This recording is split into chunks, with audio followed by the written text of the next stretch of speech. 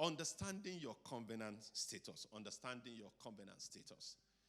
Since last week, Sunday service and midweek service, I've been teaching about our covenant status. So today, I want to look at how God initiates his covenant. So what God does is he initiates his covenant relationship with human being. So on God's part, God will instruct a man, a woman, a nation, a city, and will say, do this, do this, do that. Then it will come with promises. The instructions will come with promises. And because God does not make empty promises, it will ensure that power is available for implementation of those promises for his own purpose. So that power be available. There's power available. If God says to you, you are taking people out of Egypt and I will see you pass through a Red Sea, he will give you a rod. He will give you a mouth. He will give you faith. He will give you ability to do that which he has instructed and he has promised. So that power will be made available to you. God does not send people on journeys and leave them empty. That's on God's part in a covenant. So God instructs you. God makes his promises available for you. God makes his power available for the implementation of his purposes. On man's part, and when I say man, I mean a woman also, the man who wants to enjoy the promises and the powers embedded in the covenant relationship must believe. Must believe God. We cited Hebrews 11:6. Those who go to God must believe that he is, and is a rewarder of those who diligently trust in him. So you must believe that indeed is God, that is faithful, is big, is able, is willing, and he loves you. Then you must carry out the action by faith. You must have faith to carry out the action. No matter how foolish the instructions are, which many occasions will be foolish. How would you tell an 80-year-old man to just take a simple rod, a little rod, and point it towards a wild sea, and the sea will pass? It takes someone taking that step or that action by faith. Are you following? In John 2, how would you say to those who don't know you and just say, just carry the jar of water or jars of water and pour it. And pour it. And you pour it and wine is coming out. You must believe, isn't it? How would you tell a man of over 100 years to start building an ark in a dry season? You say flood is coming. The flood didn't come first 5 years, didn't come for 7 years, didn't come first 10 years, didn't come until after 25 years. And you say, just believe it's coming. Build that ark.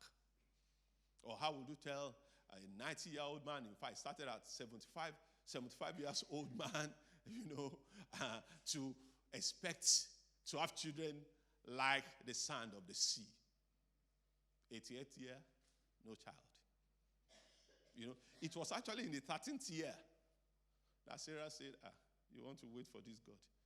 Look, my servant, go into her.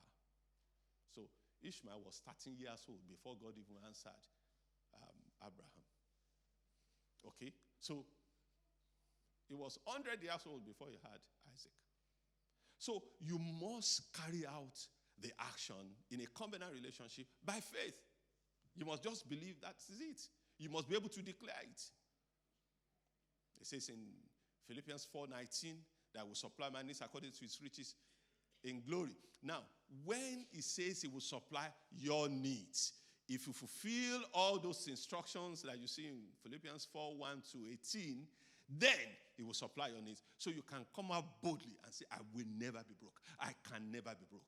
I will never be broke. I can never be broke. Because that is his covenant promises to you, for you, and by you. And then you will be able to confidently walk in it by action and by faith. And you must obey. Obedience is essential. Most of the things that you have God say is God will just say, go. Go. Go and wash in River Siloam. What is River Siloam? Go and wash in River Jordan, and your leprosy will be gone. Go and to the priests. Go. Now, so you go. The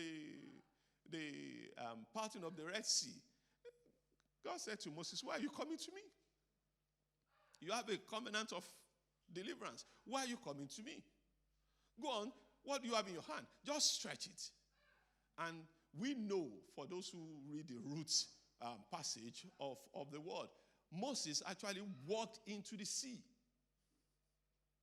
He walked into the sea, believing that as you take one step, the water is parting. You are not afraid of the sea. You are walking by faith.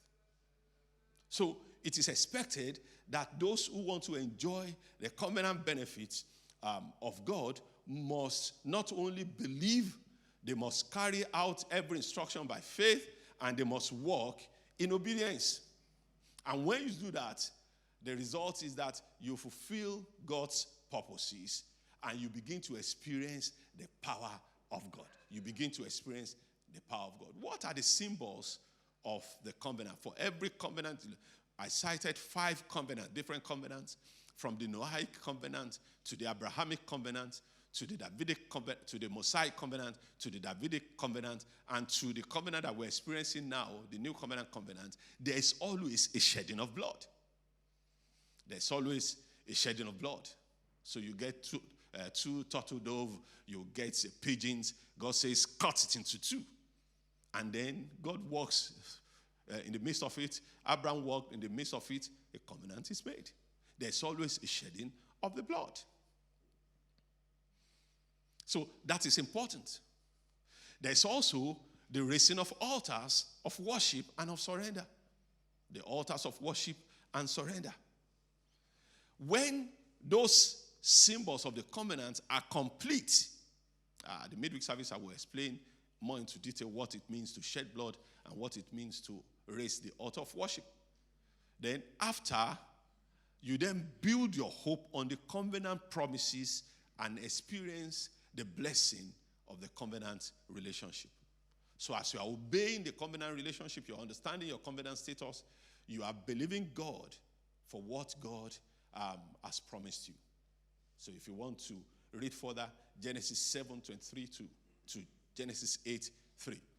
You also see Genesis 8:20 to Genesis 9:1. We'll break that into pieces at the midweek service. Now, if you take, for example, we've seen the Noahic covenant. If you look at Abraham and look at Genesis 12:1-4 to give you the way that covenants are established. Genesis 12:1-4. It says, now the Lord has said to Abraham, get out of your country, from your family, and from your father's house to a land that I will show you. So that is God initiating a covenant. That is God instructing the terms of the covenant. So then, look at verse 2.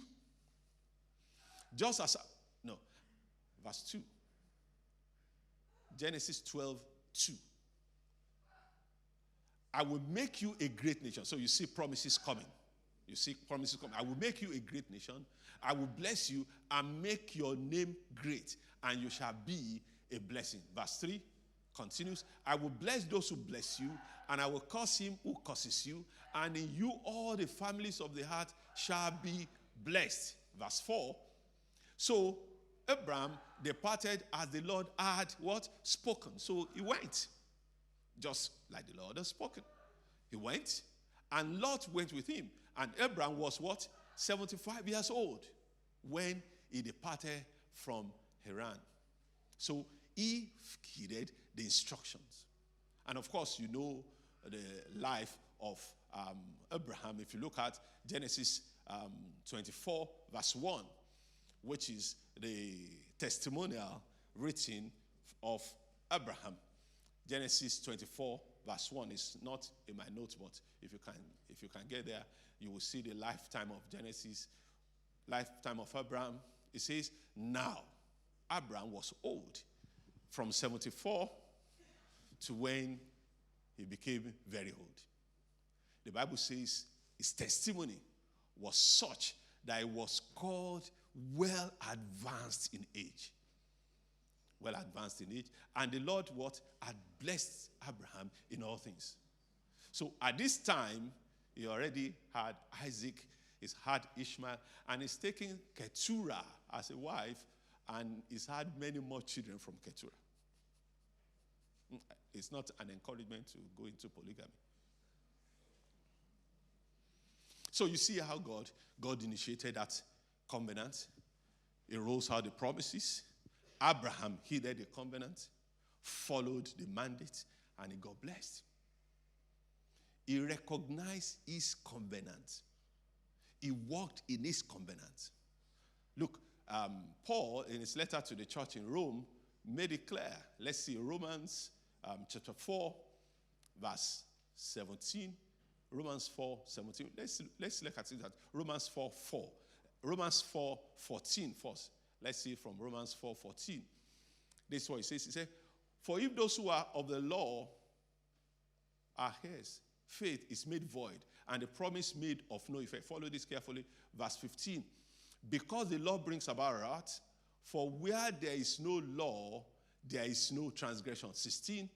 Therefore, now this is very important. Therefore, it is of faith that it might be according to grace, so that the promise might be sure to all the seed, not only to those who are of the law, but also to those who are of the faith of Abraham, who is the father of us all. Now, look at 17. As it is written, I've made you a father of many nations. That was the original promise, despite his age. And say, in the presence of him who did what? He believed. He believed. He didn't consider his age. He didn't consider his body. He didn't consider anything. He just believed.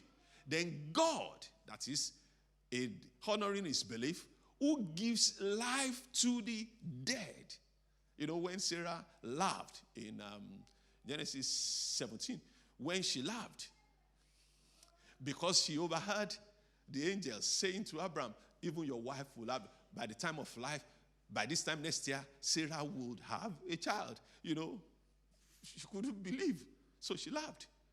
Because she said, how could it be that I've gone above what women will normally do? Women know what that means already.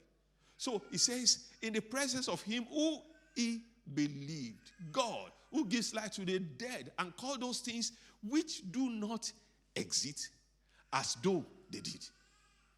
So for you to really enjoy the covenant blessings, you must believe in the supernatural. You must believe in the impossible. You must believe that those things that do not exist can actually exist.